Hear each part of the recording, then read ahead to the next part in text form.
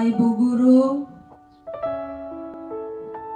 anak-anak yang dikasihi Tuhan, marilah kita tenangkan hati, kita tenangkan diri untuk mengikuti saat teduh pagi ini.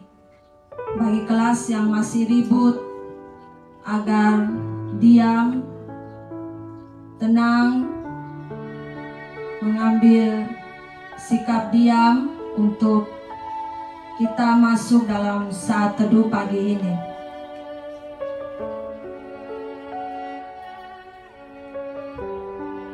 Saat teduh pagi ini,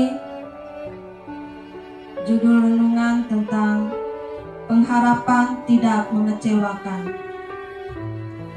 Setiap kita pastilah selalu mengharapkan yang terbaik dalam hidup kita. Bahagia, diberkati, panjang umur, dan banyak harapan lain yang kita inginkan. Namun kenyataannya tidaklah selalu demikian. Karena seringkali apa yang terjadi tidak seperti yang kita kehendaki, tidak seperti yang kita harapkan.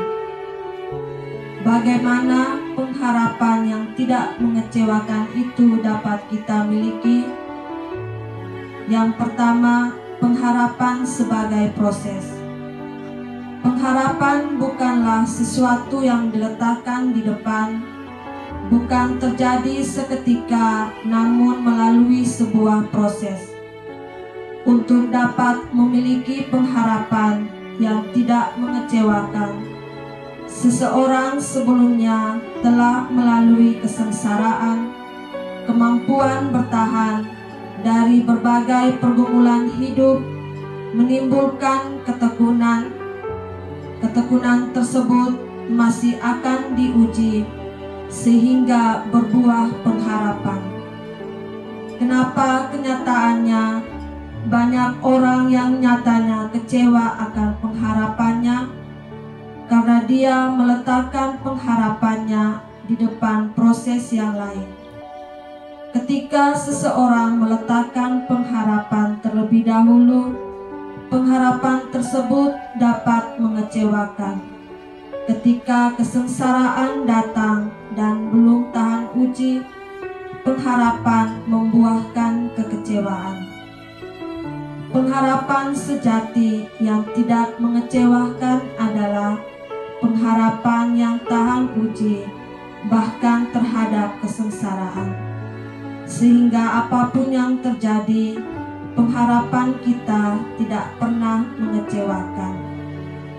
Yang kedua, meletakkan pengharapan kita kepada Tuhan.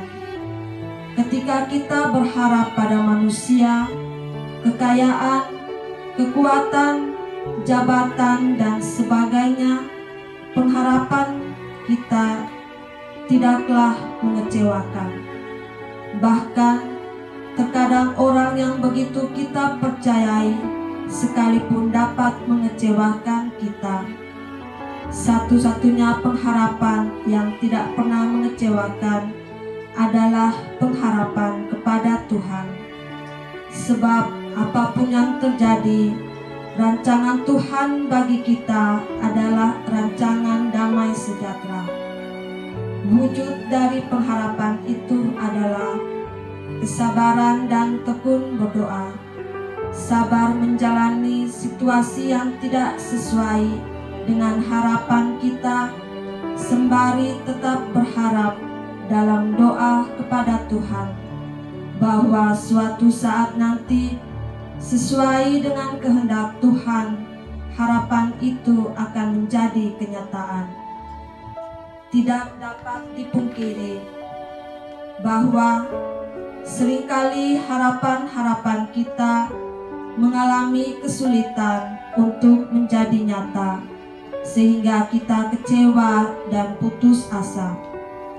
Kecewa dan putus asa tidak akan memperbaiki keadaan, justru akan melemahkan kita. Sebab itu, marilah kita senantiasa tetap bersukacita dalam pengharapan, meski harus mengalami banyak kesesakan. Tetaplah bersabar dan tekunlah berdoa sampai harapan itu menjadi nyata. Berharaplah kepada Tuhan, tekun dan tahan uji, maka pengharapan kita tidak akan mengecewakan. Tuhan memberkati.